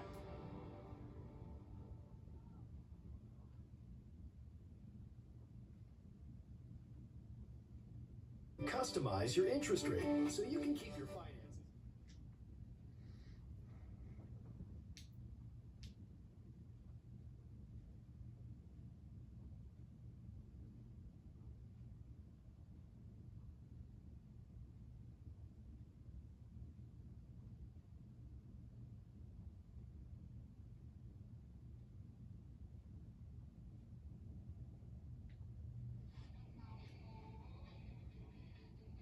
Eastern Illinois, their dugout looks on in a tie ball game in the bottom of the 7th. Panthers were in this spot a season ago. Regular season champs, #1 overall seed. They are looking for a different result this time around. Hatton in the leadoff spot takes ball 1. Abby Hatton does have a home run in this tournament. Big 2-run home run.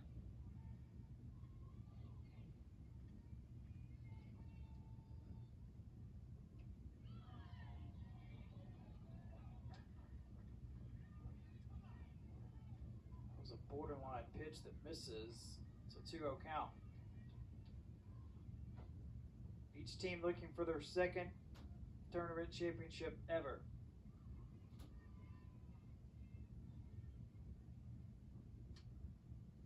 Skips to Torres at shorts. 1 away.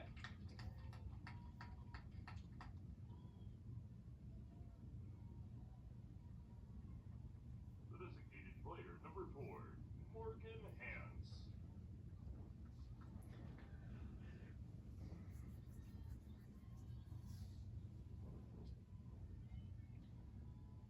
Batter, this is Morgan Hans.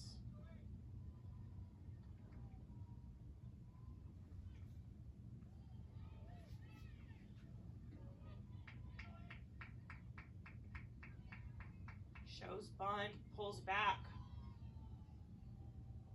EIU just trying to find any way on base, get runners on, make things happen. Both SIUE and EIU have struggled all day offensively. Both pitchers throwing excellent games. Avery Arwood going the distance again. So impressed by this freshman. On the other side, Carly McKenzie as well. McKenzie 6 innings pitched.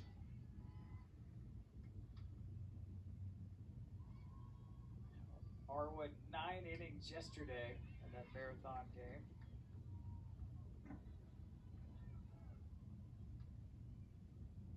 Excuse me, McKenzie has gone 7 innings.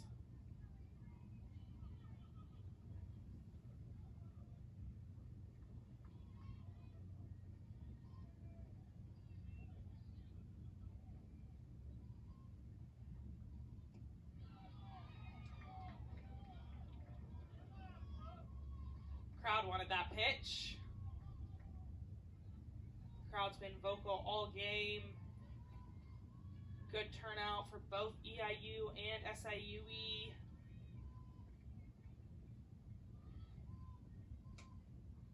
Chopper right side. Salyers, it's off of her foot, trickles in a shallow left center field.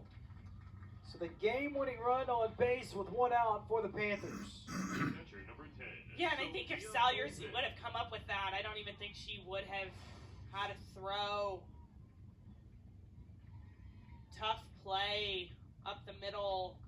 Tough to know that she had to go so far to her right. Would have been tough to make a strong throw over and get Hans.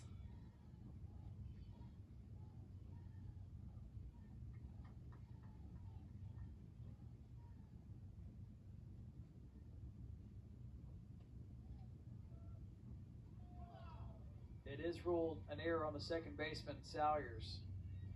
It's the first error today for either team.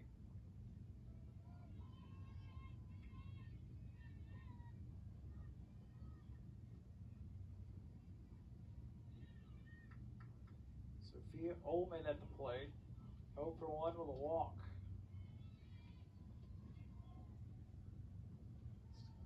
She did not have a hit in the first game today. In the driver's seat, 2-0 count. Both teams have activity in the bullpen just in case. And we have never had an extra inning game in tournament history in the OVC. A championship game. You have to think Ullman's given a straight take here, 3-0.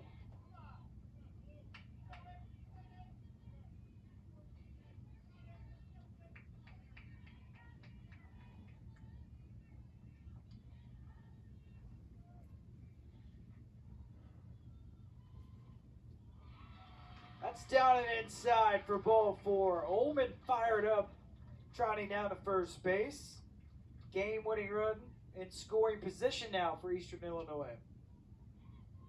4-pitch walk there for Arwood. Looks like we are going to see a pinch hitter here.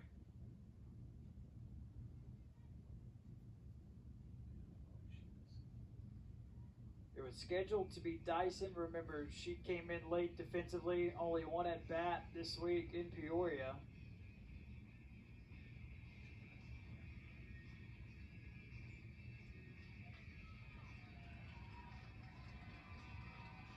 So the batter's the freshman, Kira Manganiello out of New Orleans. It's her first at bat in the tournament. Eastern Illinois, number 3, Kira Manganiello.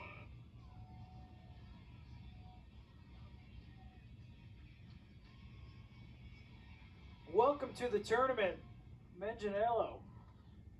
Yeah, we've seen both coaches utilize their bench. Tough spot to come in, pinch hit. Saw last inning, Coach Sorten going to Gretchen Trello. This inning, Coach Paulson calling his young freshman off the bench. She has 39 at-bats this season. She's driven in 9.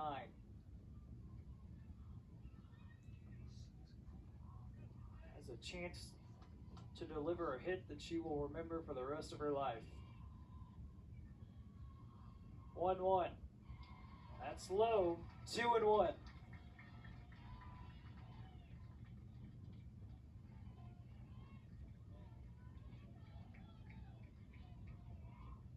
does have power. She has 2 home runs in a game earlier this season.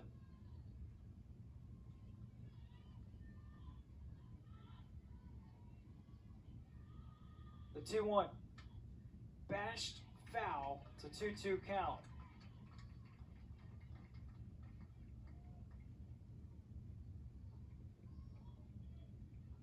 Yeah, as a pinch hitter in this situation, you're trying to come in. We talked about heart rate, low heart rate, but as a pinch hitter, when you come into a situation like this, you're just trying to utilize the middle of the field.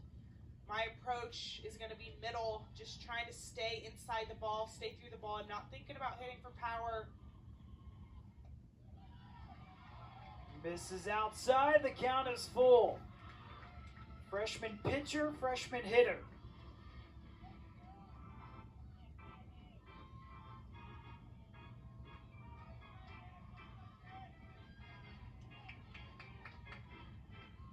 Now 3-2 with 1 out.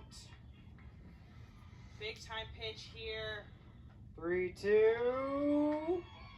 Called strike 3.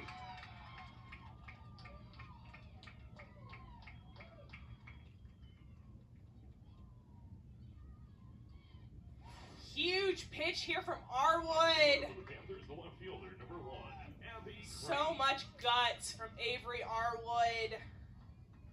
Gets the called 3rd strike at the knees. Talk about a gutsy performance from Arwood. So impressive. The entire team to the circle for the Cougars. Ben Jordan trots out. And again, this has been the spot in the lineup to where the Cougars will shift defensively. They will heavily tilt to the left against Abby Crane. And Crane has struggled with that shift, especially these last 2 games against SIUE.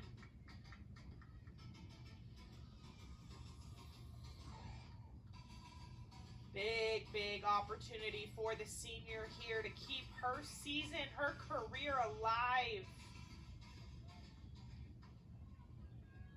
And Fahey, the left fielder, is extremely shallow. You see almost behind the bag at 3rd. 2 outs, 2 runners on base. Crane, first pitch in the air. Fahey's got a retreat. She makes the catch, and the inning is over. So for the first time in OVC Championship history, we have an extra inning game, and it's heading your way next here in Peoria.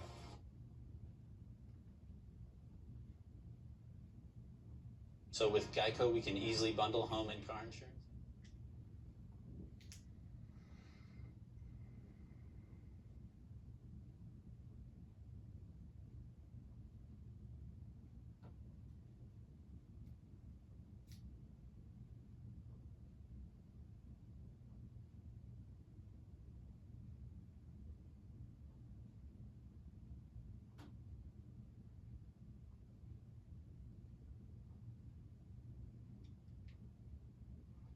So for the first time in OVC Championship game history, we head to the top of the 8th.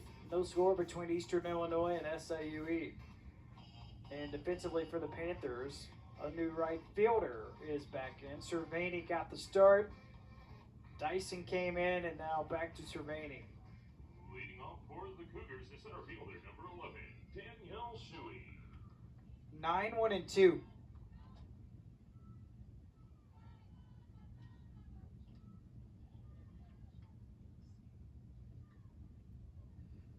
So for the second time today, Ullman just takes a nasty foul ball shot.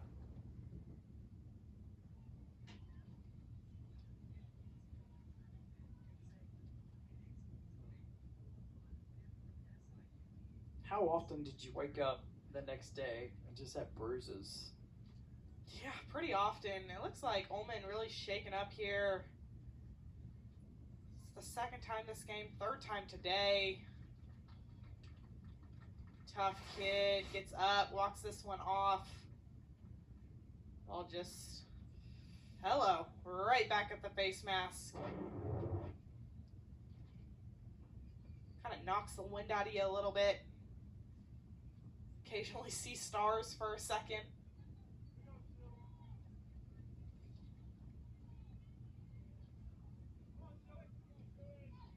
cool to see SIUE go up to her right after and said, "Are you okay?" And Holman said, "Yep, good to go."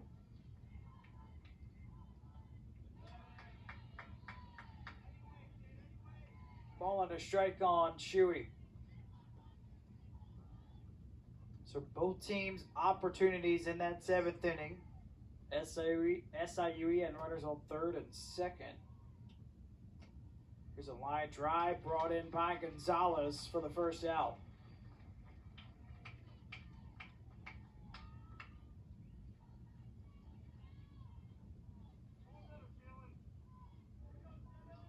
Top of the order for the Cougars, the second baseman, number 7, Caitlin Salyers. Top of the order for the Cougars brings up Salyers.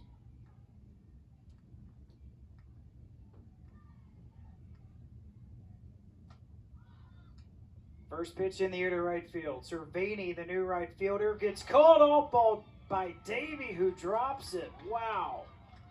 A break for SIUE. A big break there for SIUE, especially with the Henderson sisters coming up. The first baseman, number 25, Emma Henderson. That ball was sky high. Just cannot happen in this situation. Davey kicking herself, I'm sure. Big moment here.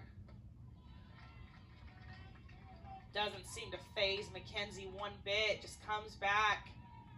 First pitch strike. You gotta love that out of Mackenzie. Picking up your center fielder, coming back, getting a big strike against a really good hitter.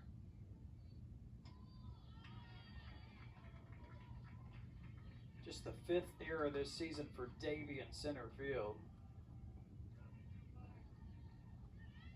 Yeah, Davey typically very sure-handed out there. Has made some good plays this tournament. Certainly hoping her pitcher, Carly McKenzie, can pick her up here in this situation.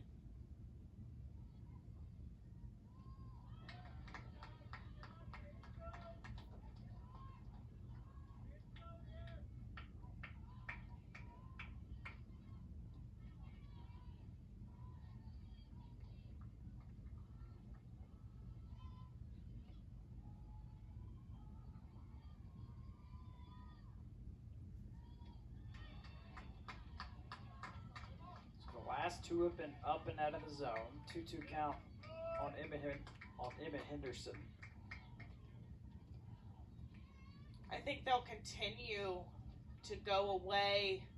She just cannot miss up over the plate against a player like Emma Henderson. Swing and a miss. A strikeout for McKenzie. How about Carly McKenzie? My goodness. 0-0, Emma Henderson. Seems like that just had a little extra juice on that. Really good up spin. Carly McKenzie, time and time again, just continues to keep these SIUE hitters off balance. Well, if you're the Cougars, this is who you want at the plate. Anna Henderson, the most hits of any player in the tournament this week. She has one today. She singled in the first.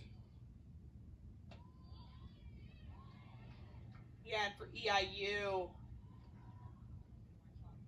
you're playing absolutely nothing over your head. You want to keep everything in front of you. They're playing pretty deep out there. You cannot allow anything to go over your head.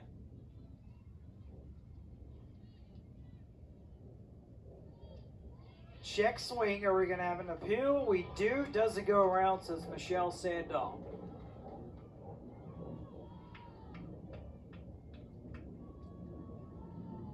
And that brings Dan Paulson out of the dugout for Eastern Illinois.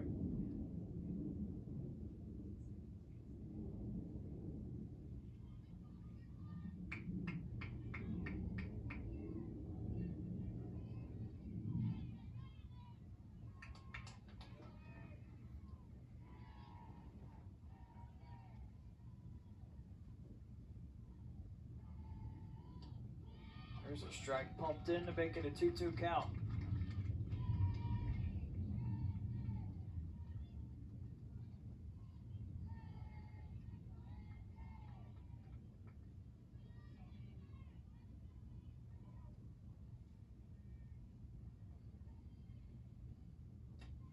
Ground ball up the middle. Second baseman Frederick over to second. It's in time for the out. I didn't know if she was going to make the tag, but at the last second, shoveled it over to Gonzalez for the final out. We head to the bottom of the 8th. No score in Peoria. In Kentucky, we're moving forward.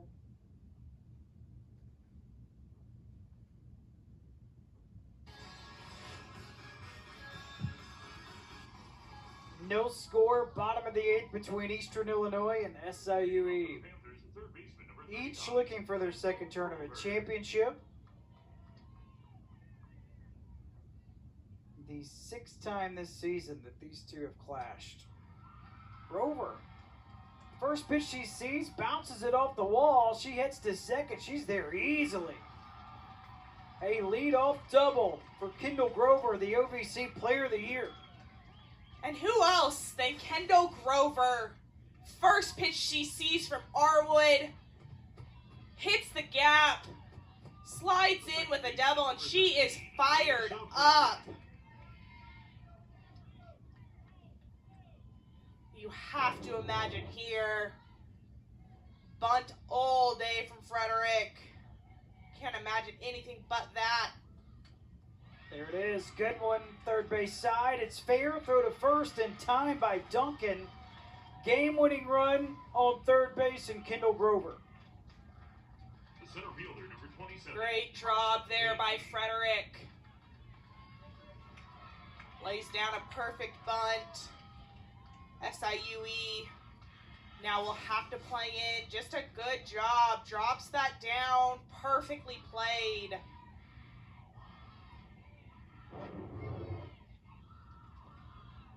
Carson Davies steps in.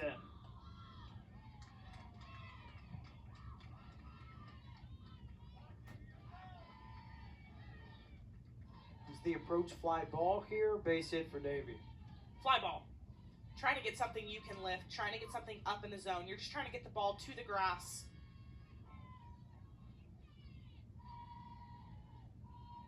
One out. Popped up first base side in foul territory. Henderson brings it in for the out.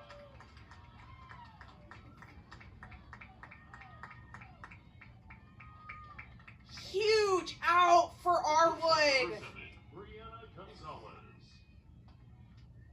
Both of these pitchers, so impressive. Haven't let anything rattle them. We saw last inning just a miscue by Davey. McKenzie comes back, gets the next two. Arwood, leadoff double. Sacrifice bunt for one out, and then gets a huge out from Davey, who already had a hit today. Now your defense can play straight up. Gonzalez does have a double today. That came back in the 4th against Arwood.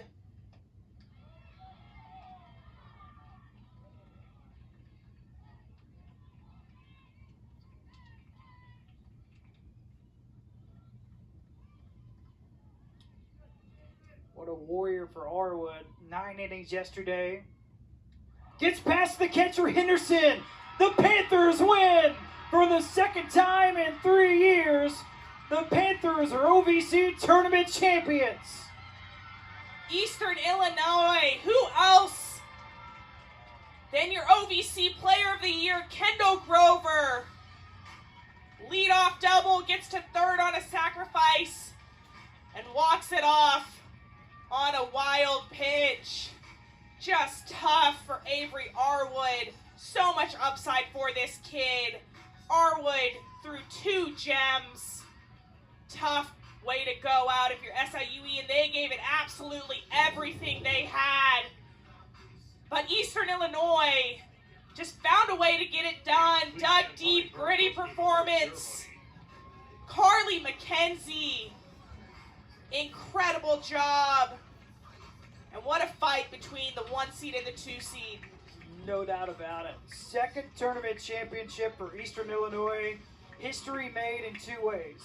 First time a championship game has been decided by a score of 1-0. And the first time a championship game has been decided in extra innings. And it comes down to a wild pitch in the OVC Player of the Year.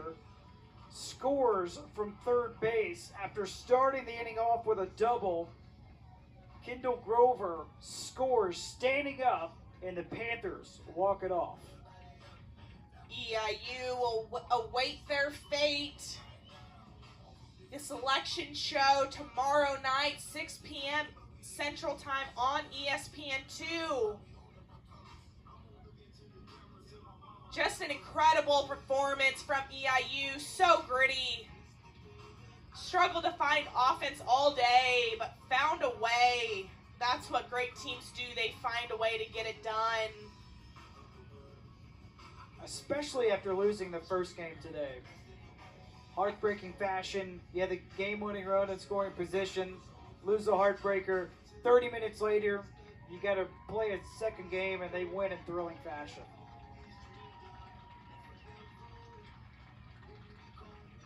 So again, congratulations to Eastern Illinois.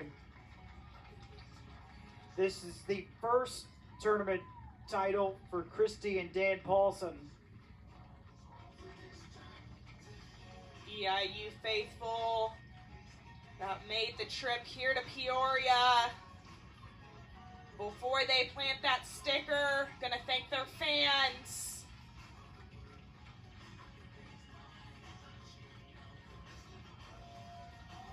Big picture takeaway.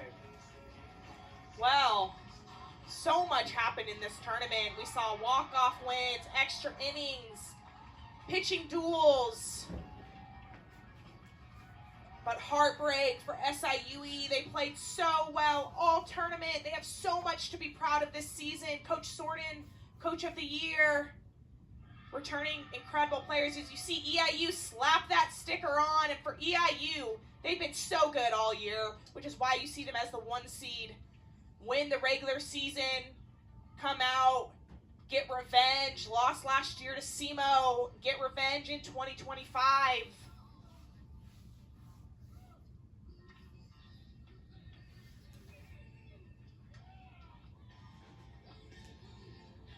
So second season in a row, the tournament has been held here in Peoria. Weather was great, a lot of exciting games. Pretty successful week, I would say, and a thrilling finish. Yeah, and a thrilling finish for these teams. Exactly what you want to see, just a really competitive game. You feel for SIUE, but on the other hand, EIU, they earned this.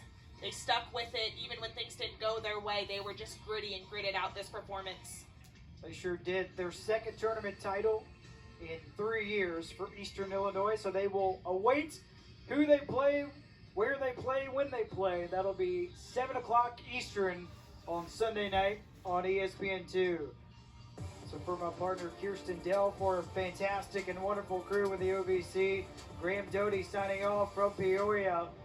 Eastern Illinois wins the conference tournament championship. All games airing on the ESPN network are streaming live and archived on the